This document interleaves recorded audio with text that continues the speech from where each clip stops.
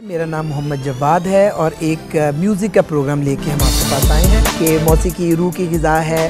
हमने इस प्रोग्राम में आपके लिए ये सोचा है कि कुछ बुनियादी नेचुरल फितरी सवालात उठाए जाएँ कि मौसीकी है क्या। आप इसको देख नहीं सकते, छू नहीं सकते और इसका कोई ज़बान की सतह पे इसका कोई ख़ास मानी और मतलब नहीं होता, और फिर भी ये बिल्कुल एक ऐसा आर्ट है कि जो सीधा आपके दिल में मुझे ताना दे रे ना, ताना दे रे ना।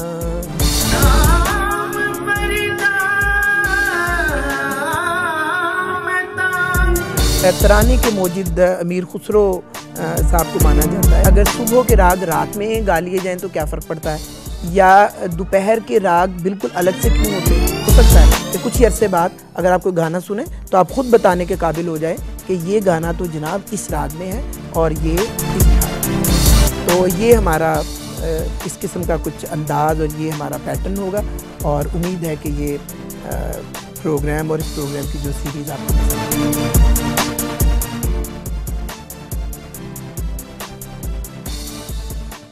जी दोस्तों, ये माटी टीवी है। मेरा नाम मोहम्मद जवाद है और एक म्यूज़िक का प्रोग्राम लेके हम आपके पास आए हैं। अब आपसे कुछ बात करते हैं म्यूज़िक थेरेपी के बारे में। साइकोथेरेपी के बारे में तो आपको मालूम ही होगा कि बाज़ औक़ात ये होता है कि पेशेंट भी कहना मेरा ख़्याल है कि ज़रा गैर ज़रूरी है कि हम में से कोई आदमी भी कुछ ऐसी नफ्सियाती या जज्बाती मसाइल का जब शिकार हो तो साइकोलॉजिस्ट के पास वो जाए तो ज़्यादातर वो ये करते हैं कि उनकी it is called association of ideas. तो ये करेंगे कि एक चीज़ शुरू करेंगे और उसके हवाले से कुछ गुफ्तगू इस किस्म की होगी कि जो भी मसला उसका, जिसको स्ट्रेस में है या उसको कोई और प्रॉब्लम है या कैथारसिस की कमी है या कोई भी और नफ्सियाती मसला है, वो अपनी बात कहनी शुरू करता है और नफ्सियात दान उसकी बात ध्यान से सुनता है। फिर नहायत ऐसे तरीके से कि उसको डेलिब्रेट ना लगे कि उसको उन इश्यूज़ की तरफ लेके जाना चाहता है जिसको वो इंडिविजुअल एड्रेस नहीं करना चाहता, क्योंकि हमारे नफ्सियाती प्रॉब्लम्स में बहुत सारी ऐसी चीज़ें होती हैं जिसको हम समझते हैं कि हमारे लिए शर्म का बायस है या हमारे उससे हमारी जो सेल्फ़ रिस्पेक्ट के ख़िलाफ़ है, या जिसमें हमें महसूस हो कि हमने कुछ लूज़ किया है और हम उसको नहीं एड्रेस करते। तो साइकोथेरेपी ग्रेजुअली बग़ैर हमें झटके दिए उसकी तरफ लेके जाती है। ये काम दोस्तों मौसीकी भी करती है। तो एक टर्म आपने सुनी होगी, पढ़ी होगी, म्यूज़िक थेरेपी। म्यूज़िक थेरेपी के बारे में ये सोचना चाहिए कि एक तो बहुत बुनियादी बात है कि कई गाने जिसमें इंस्ट्रूमेंटल म्यूज़िक भी हो सकता है, फ़िल्मी मौसीकी भी हो सकती है और ये हमारी क्लासिकल भी हो सकती है।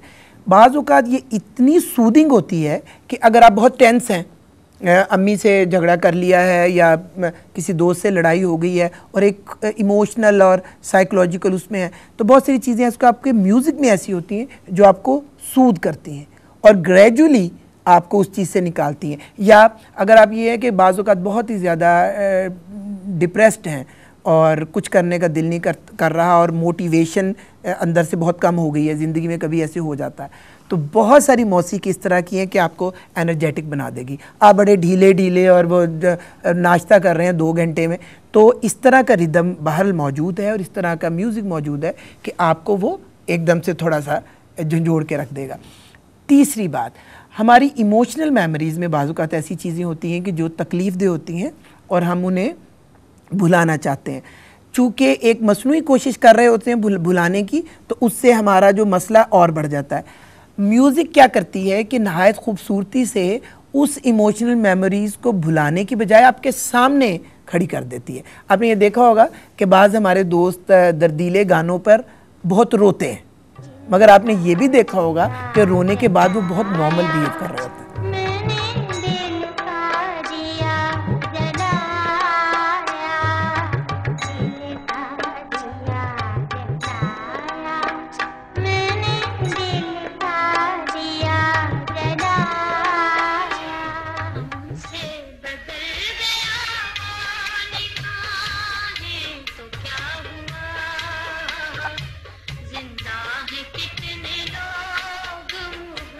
म्यूज़िक हमें ये भी सिखाता है और म्यूज़िक थेरेपी ये भी सिखाती है कि आंखें सिर्फ देखने के लिए नहीं हैं, आंखें रोने के लिए भी हैं। और सिर्फ अपने दुख के लिए नहीं, दूसरों के दुखों पर भी रोने के लिए। म्यूज़िक थेरेपी से मैंने ये बात सीखी कि म्यूज़िक आपका कैथारसिस करवाता है। म्यूज़िक उन चीज़ों की याद दिलाता है जिनको आप मसनूई तौर पर भूलना चाहते हैं। अच्छा, यहाँ पे आपके जहन में एक क्वेश्चन ज़रूर आ रहा होगा कि जनाब ये भी कोई बात है कि आप गाना सुने और या दर्दीली किस्म की दुखी शायरी सुने और उसके बाद आप रोएं, तो ये कौन सा आपका वो हो गया।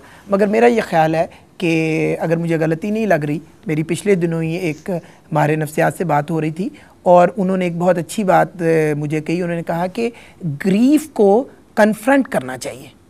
अब आप ये देखिए कि ये अगर नफ्सियाती पॉइंट ऑफ व्यू से, अगर ये मेरे हिसाब से ये बहुत बड़ी बात है कि वो ये नहीं कहते कि ग्रीफ से भागना चाहिए, वो कहते हैं कि ग्रीफ को भी यानी दुख का भी मुकाबला करना चाहिए अगर आप चाहते हैं कि उसमें से निकलें। मौसीकी क्या कई दफ़ा ये करती है कि बहुत दर्दीला गाना और दुखी पोइट्री और ये, और आप उसको भैं भैं करके रो रहे हैं, मगर और आपको अपनी इमोशनल मेमोरीज भी याद आ रही हैं जो अपेरेंटली आप भूलना चाह रहे हैं, मगर ये नहीं है कि ये कोई सैडिज़म है और ये कोई अजियत की बात हो रही है। फिर आप उसको एड्रेस करके कन्फ्रंट करके ही आप उससे निकलते। तो सरेदस्त म्यूज़िक थेरेपी के बारे में हम बाकी एपिसोड में भी बातें करते रहेंगे।